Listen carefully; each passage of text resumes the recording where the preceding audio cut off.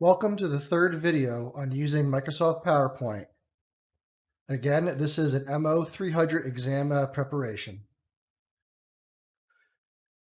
This week, we'll discuss how to work with tables, charts, SmartArt, 3D models, and media files. So what is important for us to go over this week is that these items bring greater functions that add depth to your presentations, as objects tend to speak more for you than what your words can do alone. However, keep in mind that when you add any of these objects, use them if and when they are needed. Try to make sure that you have what is necessary.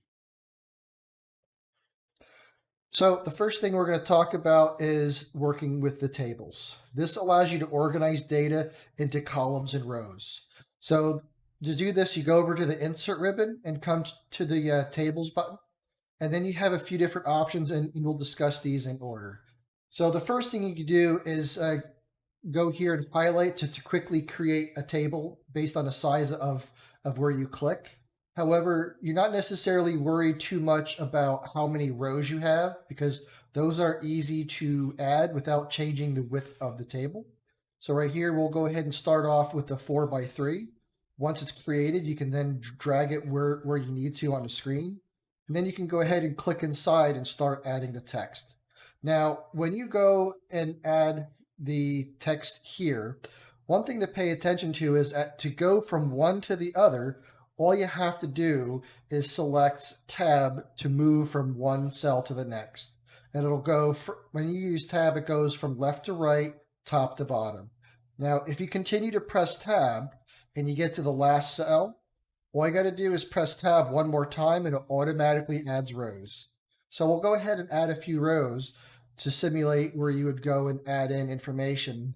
However, if you come to the point where you've added too many rows and you wish to delete it to clean up what's on the slide, all you have to do is wait until the arrow turns into a little black right arrow, highlight and drag the rows you want to delete, right click on that row and press cut. Doing so makes them disappear. You can also do the same thing with the row by clicking here. It highlights the entire row, right click and cut. So this is how you can go ahead and add and remove as necessary.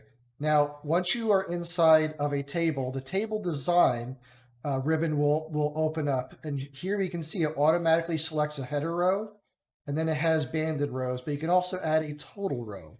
Note that this only changes the style. It does not automatically sum items together, so you won't have to manually add in that information. You also have the ability to add formatting to the columns themselves. So you have that option also. Now, you do have multiple table styles to choose from, so you can change the format of the tables as you see fit. And then you can go ahead and manually adjust the shading, the borders, and the effects of the table. And then if you wish to make adjustments to the font themselves, the words, and adjustments to the fonts, you can do those here by changing them here. Now, when it comes to, you can also adjust the format shape by going through and adjusting the individual aspects from the format shape view here. So you have many options to go through. Now, when it comes to drawing the table and eraser, this allows you to manually add lines in here without having to select how many rows or columns you want to add. But to start off fresh, I wanted to start off by going back to the insert, going to table, and you can do the same thing by drawing table here. Just to backtrack a second, when it comes to inserting the table, this allows you, that's similar to the first option, but here you can manually select how many columns and rows. Now, if you wish to draw the table, you just have to select that option, click, and then this opens up. Now, once you have that open, you can then go ahead and draw the table based on where you want the lines to appear, and that size changes depending upon where you place it. So this is more of a manual way of handling it. But just be careful because this can get messy from time to time, so just take care. This allows you to So there's a lot of functions for what you have. But as I mentioned, that this does have a tendency to get a little messy. Now, if you wish to remove a particular line, you can go over here to eraser, and you can individually remove the lines, similar to merging or working with that. Now, if you want to delete the entire table, you go ahead and select on the outer line, so the whole thing is highlighted, and then press delete to make it go away. One small thing I just wanted to cover before we forget, which will help out when it comes to editing and making adjustments to tables, is the ability that when you go ahead and press tab to go from one cell to the next, you may wish to actually tab the text inside of the cell. In order to do so, you would have to do Control and Tab, and it automatically adds a tab stop inside of the cell. Now, the next thing to go over is you have the capability to also add Excel spreadsheets into PowerPoint. To do this allows you the functionality of creating formulas to manipulate the text or values that you may add to these cells and be able to show them directly in PowerPoint. One thing to keep in mind is that you have to take care when it comes to adding the information in here, because one of the things that happens is this particular border is whatever's inside of this window, these are the cells that will show.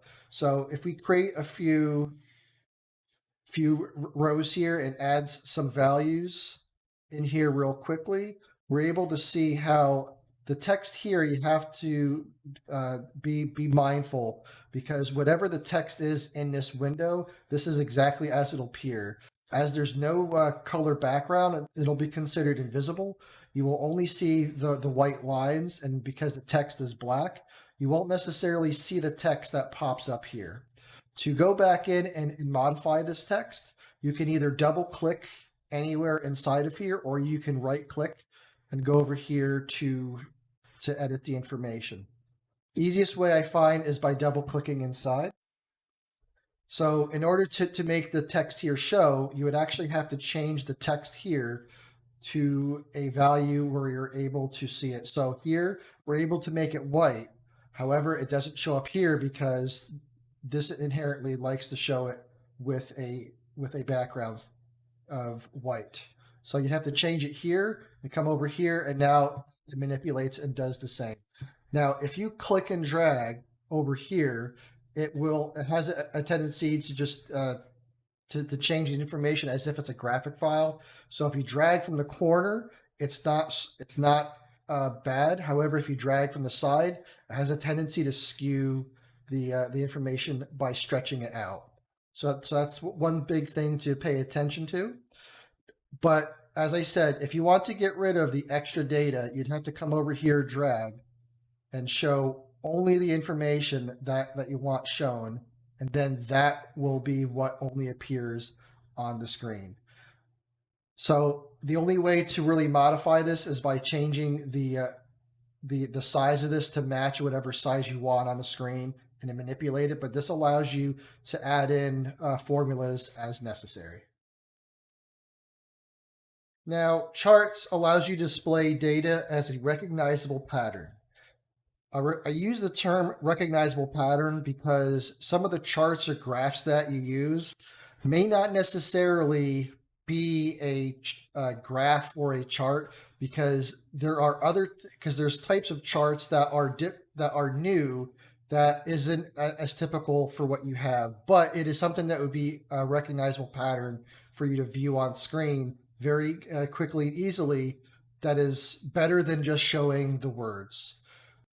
Big thing to pay attention to is that there are many types to choose from, so choose wisely.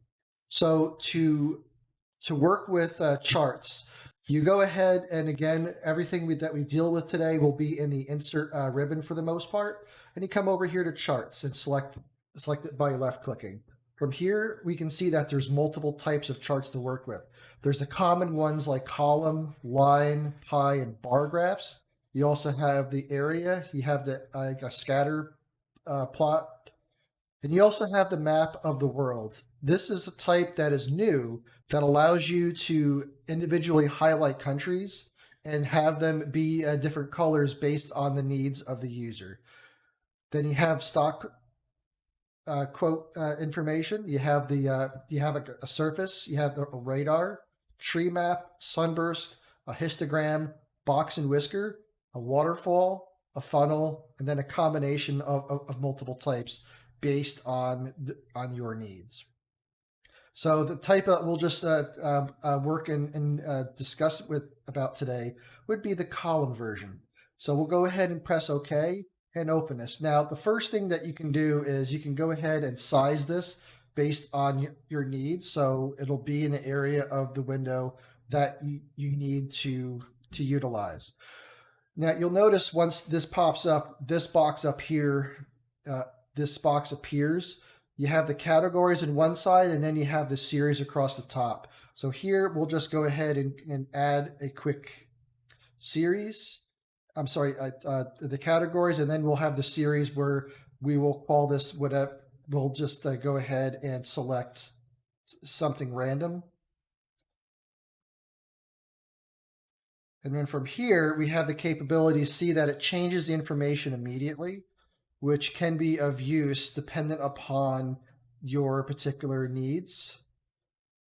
And this can be useful to show the data. Now, one thing that you may come to find out is that the information to be shown may not be in the right order for what the column, for what the series and the categories are. So if you go over here to switch column and row, it'll actually flip-flop the information in the other direction, and you might find that the information is more representative for what you were wanting in the first place.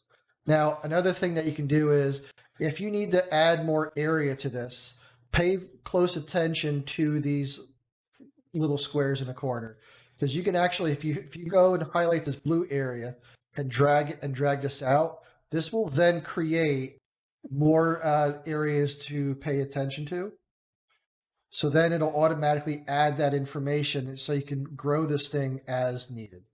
This is valuable so you can customize the size of this as needed.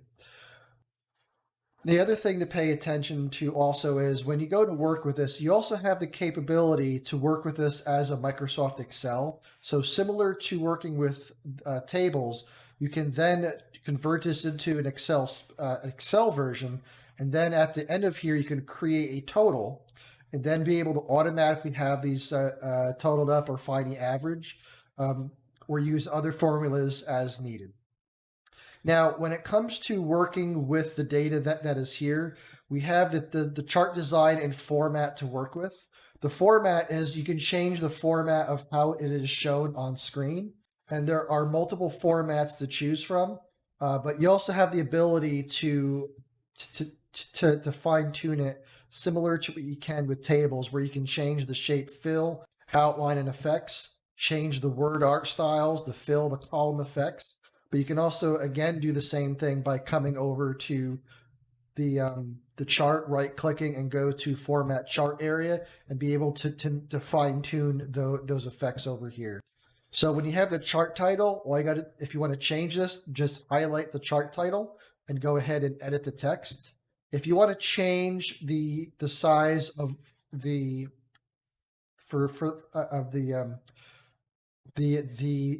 major and the minor for the numbers, you come over here to Format Axis, and this is where you can go and manually adjust the minimums and maximums. You can change the units for where the lines are. This is useful if the lines are too often, or in this particular case, since 1 is always the minimum, you can actually change this so 1 is the minimum, so it goes from there, or you can make this appear anywhere as necessary based on your needs. Usually, it's best to just go ahead with maximum access and work from there. So one of the things that you can have is, like, you have a whole bunch of options when it comes to working with this. So it's pretty much limitless for what you have. You do have some quick layouts where you can add in So if you want to add in the data, you can do so here. But keep in mind that this is useful only if you only have a little bit of data, because the more data that is inside of the table has a tendency to clutter. You can change the color palette of how the lines appear. You can also change the general format by changing the overall style versus just the background. Now, if you want to change the individual color of the bars, all you have to do is click on them once, come over here to the format data point, and come over to the fill side and change the fills versus automatic. The next thing that we're going to talk about is working with SmartArt. SmartArt allows you to visually communicate words, but with graphics. This is very useful when you have information that you're trying to convey where a table or a chart just doesn't do it justice. Think of this as flowcharts, diagrams, hierarchies like an organizational chart, or others. Again, there are many to choose from, so choose wisely for what is the best fit for what you're looking to do. So again, this is over in the insert section under SmartArt. In here, you have a few different main types to work with, and all of them have different variants for you to work with. You can have simple lists, you have processes, you have cycles, you have hierarchy, relationship, matrix, pyramid, pictures, and then you have office.com, which are others that you can download from the Microsoft Office repository. Please note that some organizations have this disabled, dependent upon the security level at your organization. So we're just going to work with cycles at first, and then we're going to go ahead and select the first one. So in here, it automatically creates it, so you can change the size for what fits for your particular spreadsheet. And then you come over here to this window to then add in your information. Now, if this doesn't appear, you can go up here when you're in the SmartArt design ribbon and select text pane to add or show this information. Now, if you want to add more information, you can go ahead and press enter and add more bullets as needed. Please note that there are certain cases where if you press tab, you actually will go in a level and like in a hierarchy, but know that in this particular type of SmartArt, it doesn't actually fit correctly. So you may want to change to a different type if that's the case. Now, if you want to get rid of some, you can go ahead and press delete and backspace to get rid of those. Then you have the ability to change the layout based on the needs of the particular data that you're trying to convey. Some work better than others based on your needs. One thing to pay attention to on some of these is like on the gear and then also on this particular layout. This layout, it actually shows a nice and clean as you add or delete some. However, when it comes to the gear one in particular, it is only able to show 3 of the objects. So if we look over at the text here, you see the red X's next to D and E, which signify it's not able to show that information. The information is still there, so if you wish to change the type of layout, you're able to do so. You also have the ability of changing the SmartArt styles. You can also change the colors of the styles, and you can come over here to promote or demote as needed based on the type of document, the chart that you're trying to work on. So it all kind of really depends upon what you want to do and how you want to do it. And then you can also manually change the format you can change the colors of the shapes, the fill, outline, and effects. You can do the same thing again with the words. Like all graphics, you can change if it to bring it forward or backward, depending upon what objects you have on the screen. Now, as we mentioned, we talked about hierarchy. So we're going to go ahead and show the hierarchy version of the text. This is one that can be a little bit more complex as you have 2 different types. There's 3 different things to work with. One is you have the parent, then you have the child, but then This particular item right here is an assistant, which would, it's not really for individuals that fall outside of the information. So if you go ahead and add in some of the information here, we can uh, go ahead and show this here.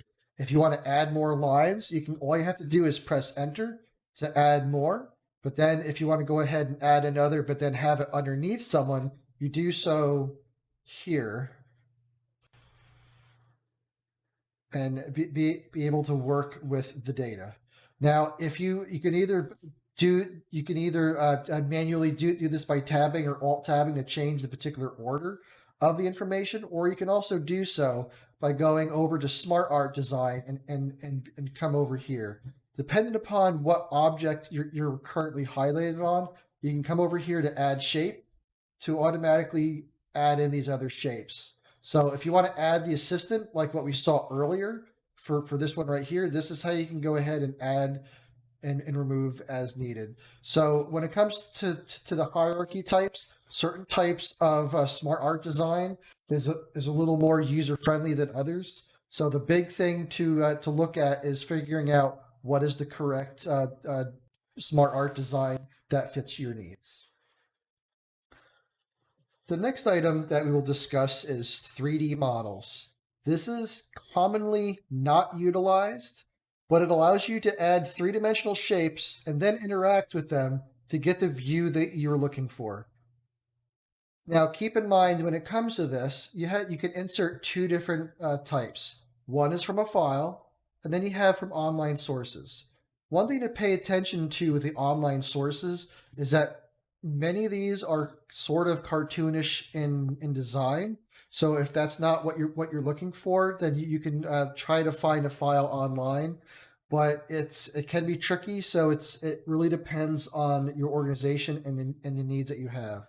So for the example we're going to use is like an alphanumeric block. We'll go ahead and pick the A and click on Insert, and then it'll download the file and add it. Now, you can change the shape of the object as we commonly have done in the past. But the big thing to pay attention to is this little icon in the center. So as you click and hold it, you can drag the object and show it on the screen and have it in the position for what you're looking to do. So now if we go ahead and open that particular slide and show it, it is now at that angle, but keep in mind that you cannot interact with it once it's placed and you're in when you're actually showing the presentation. But it allows you the flexibility to get the particular position that you're looking for. Now, if the built-in ones are not what you're looking for, you can then go ahead and insert and add in your own by going to 3D models and from a file. I've already downloaded a few, but the one that I found that works the best would be the iPhone type. Now, please understand that with the different types of objects, some work better than others, but there's 6 file types for you to work with.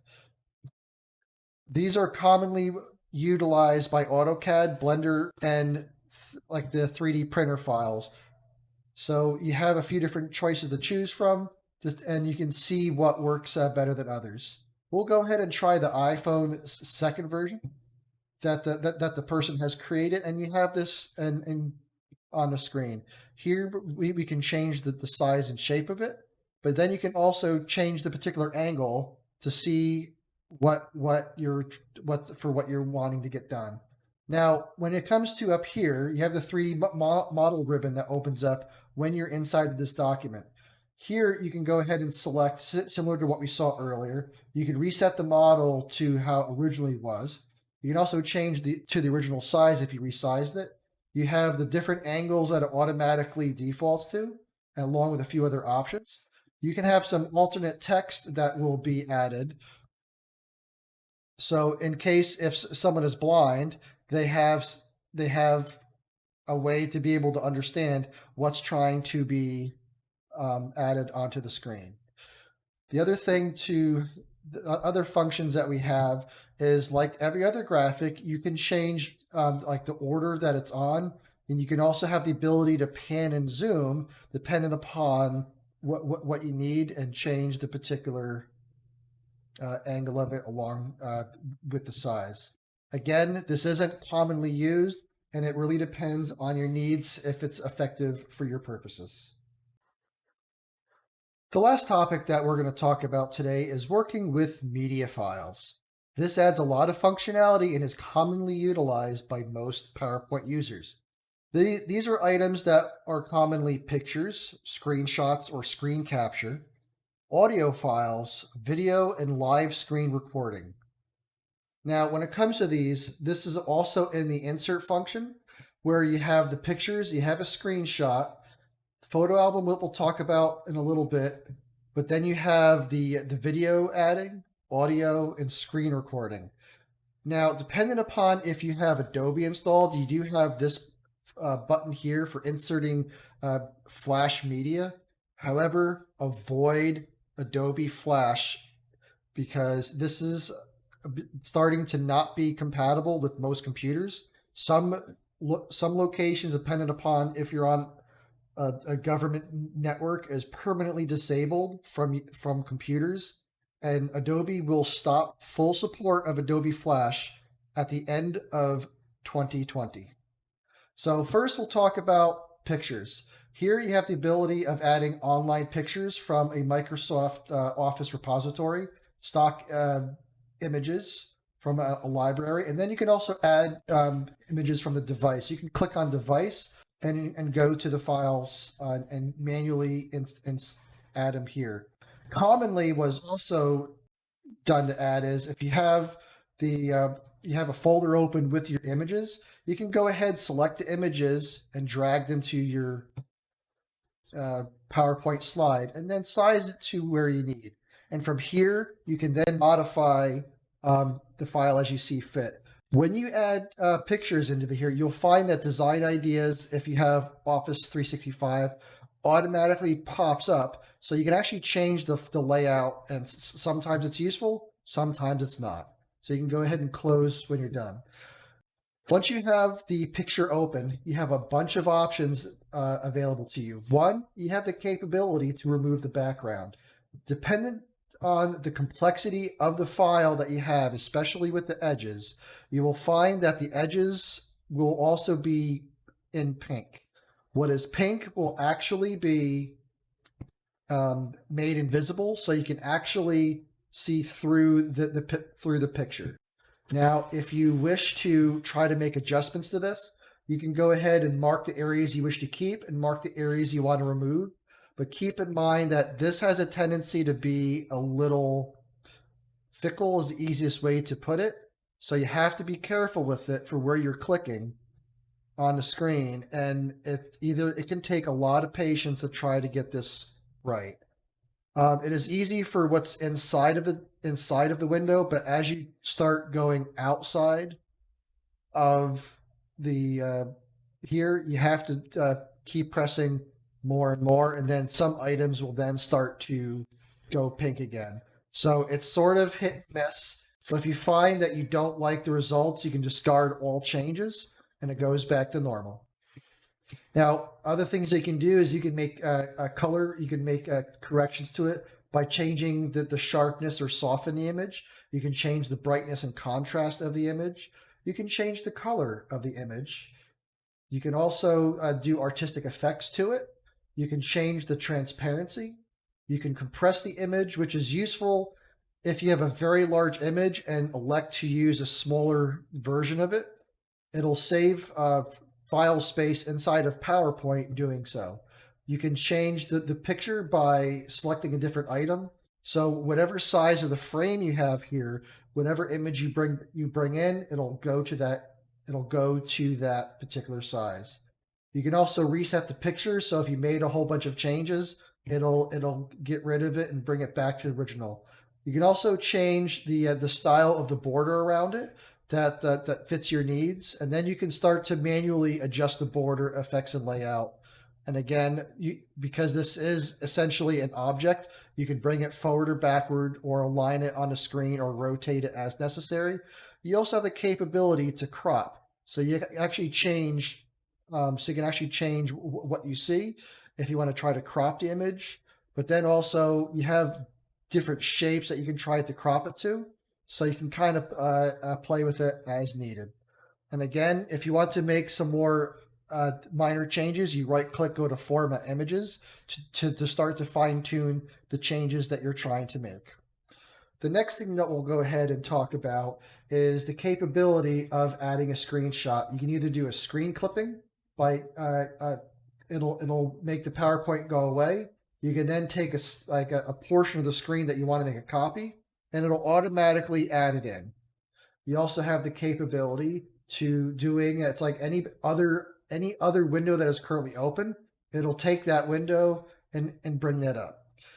Other common ways that also work is utilizing the print screen function. If you hit print screen, it'll copy everything that is on your desktop or screens, or if you have multiple monitors plugged in, it'll take all of them and fit them into one long or tall image. Now, if you wish to do the same thing, but only have an individual window, you can do so by doing Alt print screen, and then it'll only take that information in that window and not the entire screen or desktop. And then once that is done, all you have to do is paste or hit Control V to paste that image to the PowerPoint and then work with that image.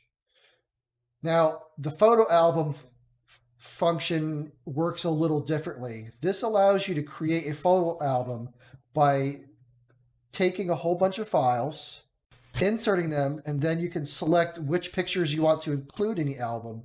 And then when you click create, it'll actually create a new PowerPoint presentation with a header. So you have the photo album, and then you have those pictures. Again, this is not adding information into a PowerPoint presentation, as this creates a brand new one. So we don't want to save this, and we'll come back to this one that we're working on. So we've gone through pictures, screenshot, and then we've also gone through photo album. So we'll go ahead and talk about the media. When it comes to adding video, you can either add video files from what's on your PC, or you can also go online and add a video utilizing a URL. I've already copied a YouTube video that I've commonly used when I'm discussing cybersecurity with folks when it comes to trying to explain the ability to verify, like your network might be secure, but are you actually private? So you can add this video straight into your PowerPoint slide. Once this is here, you go to the video format, and then here you can either play it on the fly, you can make color corrections to it, you can change the color of it, you can add a poster frame if you really wish to. You can also reset the design, and then you have the styles of the border around it, similar to what we've talked about before when it comes to pictures. And then you can change the shape, border effects. Like any other object, you have you can send it forward or backward. But another powerful feature is the playback function when you're in the video. Here, it could be, you have to click in that window to bring this up. You can also have the video play automatically once you're on the video, or it's when you click directly on here when you're on a slide. So in the case of the course of trying to make this video, when I add the videos to the PowerPoint presentation, I use the automatic function to do that. Now, these other functions are useful when you're physically adding the video into the PowerPoint slide, where you can add bookmarks, remove bookmarks. You can trim the video. So if you wish to remove the beginning or end of it, you can do so. You can add a fade in, so it'll actually have the sound and video fade in or out as needed. You can manipulate the volume, adjust it so it plays full screen, hide when not playing, loop until stopped, or rewind after playing. So you have these other aspects to do, or you can add captions if you have the information on file.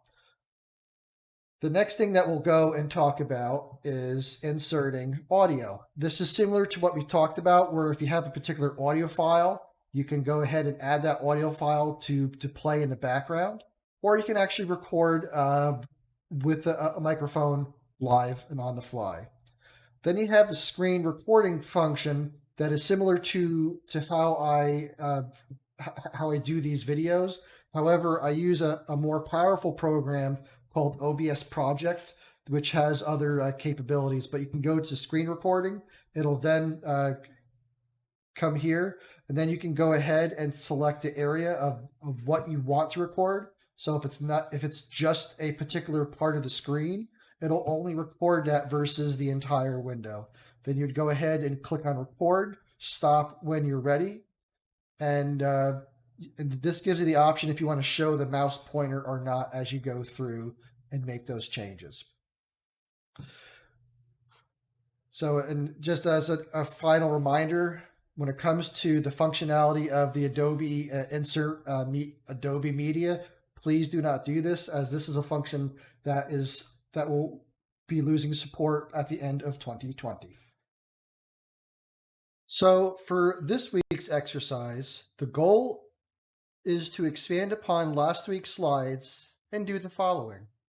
Add a table, a chart. Utilize a SmartArt graphics from information on the previous slide. If something is not useful, go ahead and create your own. Also, utilize a 3D model, but ensure that it is turned and not in the default position.